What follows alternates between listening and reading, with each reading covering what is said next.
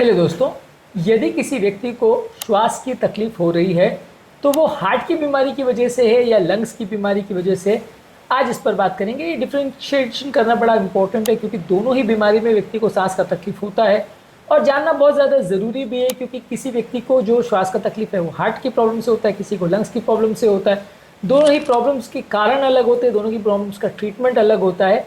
तो आज क्लिनिकली इन दोनों को कैसे डिफ्रेंशिएट करेंगे ये बात करेंगे कि हार्ट की बीमारी या लंग्स की बीमारी में कौन कौन से ऐसे फीचर्स हैं जिसकी बेसिस पे हम जज कर सकते हैं कि व्यक्ति को हार्ट या लंग्स का प्रॉब्लम है, उसके हिसाब से हम ट्रीटमेंट डिसाइड कर सकते हैं।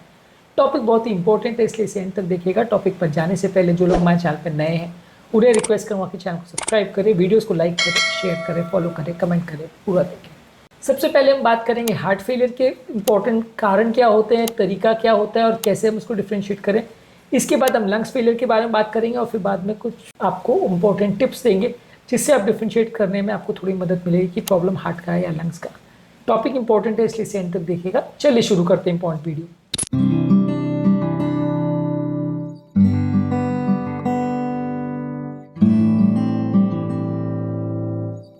सबसे पहले हार्ट फेलियर में व्यक्ति को सांस क्यों फूलती है।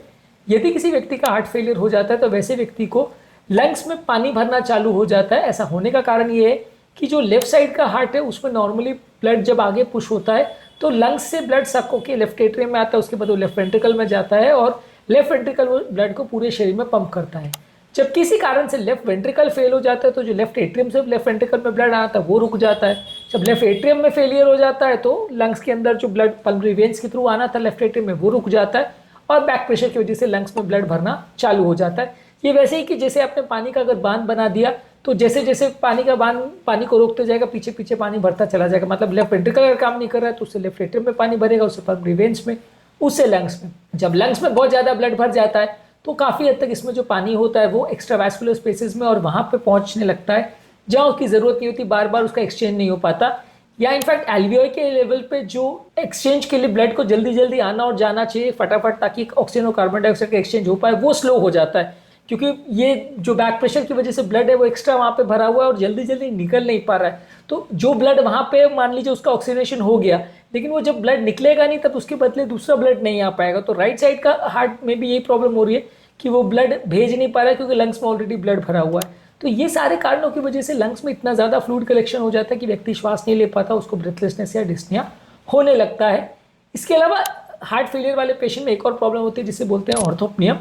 ये बेसिकली होता ही है कि जब रात को व्यक्ति सोता है तो ग्रेविटेशनल फोर्स की वजह से एक्स्ट्रा ब्लड जो है पाँव की नलियों से हार्ट की तरफ आता है और इससे वो राइट हार्ट से वापस लंग्स में जाता है और जब लंग्स में जाता है तो वही प्रॉब्लम क्रिएट होती है कि लंग्स में ऑलरेडी पानी भरा हुआ है या लेफ्ट हार्ट की ऑलरेडी कैपेसिटी कॉम्प्रोमाइज है, एक्स्ट्रा पानी वो एकोमोडेट नहीं कर पाता तो और पानी भर जाता है। तो व्यक्ति को सडनली सांस फूलने लगती है और तुरंत उसको उठ के बैठना पड़ता है। इसको ऑर्थोपनिया बोलते हैं। एक होता है पैरोक्सिस्मल नॉक्टर्नल डिस्निया जहाँ पे सोने के 3 से 4 घंटे के बाद ये होता है।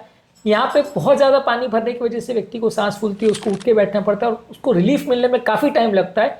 ऑर्थोपनिया और पीएनडी में डिफरेंस ये है कि ऑर्थोपनिया तुरंत होता है, सोते ही तुरंत रिलीफ मिल जाता है। पैरोक्सिस्मल नॉक्टर्नल डिस्निया यानी पीएनडी कई घंटे के बाद होता है लेकिन रिलीफ भी तुरंत नहीं मिलता है, कई देर तक उठ के बैठना पड़ता है, चलना फिरना पड़ता है, तो उसमें आपको राहत मिलती है। साथ में हार्ट फेलियर के पेशेंट में चलने फिरने में सांस फूलना, धड़कन बढ़ना, छाती में दर्द होना, पाँव में सूजन होना, पेट में सूजन होना, कमजोरी का एहसास होना, एक्सरसाइज कैपेसिटी कम हो जाना, वेट गेन होना, ये सारी चीज़ें होती है। और ज़्यादातर हार्ट फेलियर जो है वो ट्रिगर होता है बहुत ज़्यादा पानी पीने से, बहुत ज़्यादा नमक लेने से या दवाइयों का डोज मिस करने से। अब बात करेंगे लंग्स फेलियर में श्वास क्यों फूलती है। यहाँ पे भी प्रॉब्लम वही है कि ऑक्सीजन और कार्बन डाइऑक्साइड का एक्सचेंज नहीं हो पा रहा है लेकिन यहाँ पे कारण पानी नहीं है। या प्रॉब्लम यह है कि लंग्स का टिश्यू भी प्रॉपर काम नहीं कर पा रहा जिसकी वजह से लंग्स में सूजन हो गई है या नलियाँ नैरो हो गई है या लंग टिश्यू डैमेज हो गया है, इससे ब्लड में जो ऑक्सीजन कार्बन डाइऑक्साइड का एक्सचेंज होना था वो नहीं हो पा रहा है। यहाँ पे भी व्यक्ति को चलने फिरने में सांस फूलेगी और इंपॉर्टेंट फीचर ये कि लंबे समय तक यहाँ पे व्यक्ति को खांसी होगी। यहाँ पे ऑर्थोपनिया यूजली नहीं होता, हालांकि कुछ केसेस में लंग बीमारी में भी ऑर्थोपनिया हो सकता है। ज़्यादातर केस में इसमें ऑर्थोपनिया या पैरोक्सिस्मल नॉक्टर्नल डिस्निया नहीं मिलता। हार्ट की बीमारी के फीचर्स जैसे धड़कन बढ़ना, छाती में दर्द होना या चलने में बहुत ज़्यादा सांस फूलना, ये यूजली हार्ट की बीमारी में ज़्यादा देखने को मिलता है। पानी भरने वाले फीचर्स जो है वो भी कंपेरेटिवली हार्ट फेलियर में ज़्यादा देखने को मिलते हैं। हालांकि बहुत ज़्यादा लंग्स की जब बीमारी हो जाए तो उससे भी राइट हार्ट फेलियर होता है और उसमें भी पानी भर सकता है। तो ये इंपॉर्टेंट मतलब श्योर शॉर्ट क्राइटेरिया नहीं है कि पानी भर रहा है तो हार्ट फेलियर और नहीं भर रहा है तो लंग्स फेलियर, ये श्योर शॉर्ट क्राइटेरिया नहीं है। पर हार्ट फेलियर में ज़्यादा देखने को मिलता है। इसके अलावा अस्थमा के पेशेंट को खांसी की लंबी हिस्ट्री होती है, वीजिंग की हिस्ट्री होती है, छाती में भारीपन की हिस्ट्री होती है, खांसी में बलगम आता है, जबकि हार्ट फेलियर वाले पेशेंट को खांसी में बलगम नहीं आता। इसके अलावा लंग्स वाले फेलियर के पेशेंट्स में लोगों को क्लबिंग, हाथ के जो एंड्स की उंगलियों का जो नेल बेड वाला पोर्शन होता है वो फूल जाता है। ये सारी चीजें देखने को मिलती है। व्यक्ति को इसमें फटीग या कमजोरी होती है, वेट लॉस होता है। और ज्यादातर किसी को अगर रेस्पिरेटरी प्रॉब्लम है या लंग्स का डिजीज है तो उसमें ट्रिगर जो होगा श्वास फूलने का वो एलर्जी की वजह से, पोल्यूटेंट्स की वजह से, इन्फेक्शन की वजह से होगा, रादर देन पानी पीना, नमक खाना या पेशाब की दवा का डोज मिस कर देने की वजह से होगा। तो यहाँ पर ट्रिगर्स अलग होंगे। तो बेसिकली इंपॉर्टेंट डिफरेंस क्या है, हार्ट के फेलियर में जो प्रॉब्लम है वो पानी भरने की वजह से होगी, तो व्यक्ति अगर ज़्यादा पानी पिएगा या नमक ज़्यादा लेगा तो प्रॉब्लम ज़्यादा होगी।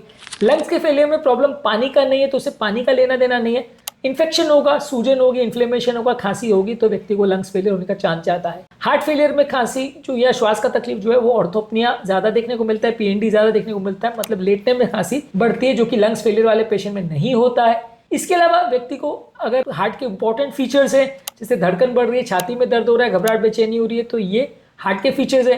वीजिंग हो रही है, खांसी हो रही है, खांसी में बलगम आ रहा है तो लंग्स के फीचर्स है। तो इस बेसिस पे आप डिफ्रेंशिएट कर सकते हो कि व्यक्ति को हार्ट फेलियर है या नहीं। हालांकि फाइनल डायग्नोसिस ईसीजी पर, एक्सरे पर, इकोकार्डियोग्राफी पर, एंटीप्रोबीएनपी, सीटी स्कैन, ये सारी जांचों के माध्यम से बनाया जाता है। इसलिए क्लिनिकल डिफ्रेंशिएशन में 100% गारंटी कह पाना बड़ा मुश्किल है प्रॉब्लम है या नहीं। और इसमें ओवरऑल एक रिस्पॉन्स टू थेरेपी का भी सिस्टम होता है कि कौन सी चीज़ों से पेशेंट को रिस्पॉन्स मिल रहा है। मान लीजिए पेशाब बढ़ाने वाली दवा से रिस्पॉन्स मिल रहा है तो हार्ट फेलियर का चांस ज़्यादा है। ब्रोंकोडायलेटर या एस्थमा की जो मेडिसिन है उससे अगर फायदा मिल रहा है तो लंग्स फेलियर का चांस ज़्यादा है। तो ये भी एक इंपॉर्टेंट तरीका है जिससे आप डिफरेंशिएट कर सकते हो कि व्यक्ति को क्या प्रॉब्लम। हालांकि इसमें जो तरीका है वो रेट्रोस्पेक्टिव है कि एक बार रिलीफ मिल गया तो आप हिसाब लगा रहे हो कि रिलीफ कितना जल्दी मिला, कौन सी दवा से मिला, तो उसके बेसिस पे आप जज कर रहे हो कि हार्ट का था कि लंग्स का था। लेकिन हाँ, ये भी एक इंपॉर्टेंट फीचर है, जब कन्फ्यूजिंग सिचुएशन होती है और व्यक्ति को दोनों फाइंडिंग्स होती हैं तो ये सारे टेस्ट और ये सारे रेट्रोस्पेक्टिव एविडेंस का आप प्रयोग करते हो जिससे आप डिफरेंशिएट कर सकते हो कि प्रॉब्लम हार्ट में है या लंग्स में। और फाइनली इन्वेस्टिगेशन करके जब कंफर्म होता है तो उसके हिसाब से आप ट्रीटमेंट डिसाइड करते हो।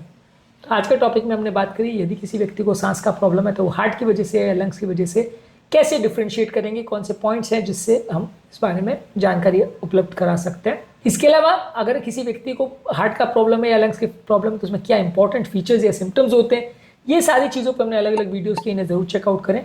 टॉपिक एंड करने से पहले जो लोग हमारे चैनल पर नए हैं मैं रिक्वेस्ट करूँगा कि चैनल को सब्सक्राइब करें, वीडियोस को लाइक करें, शेयर करें, फॉलो करें, कमेंट करें।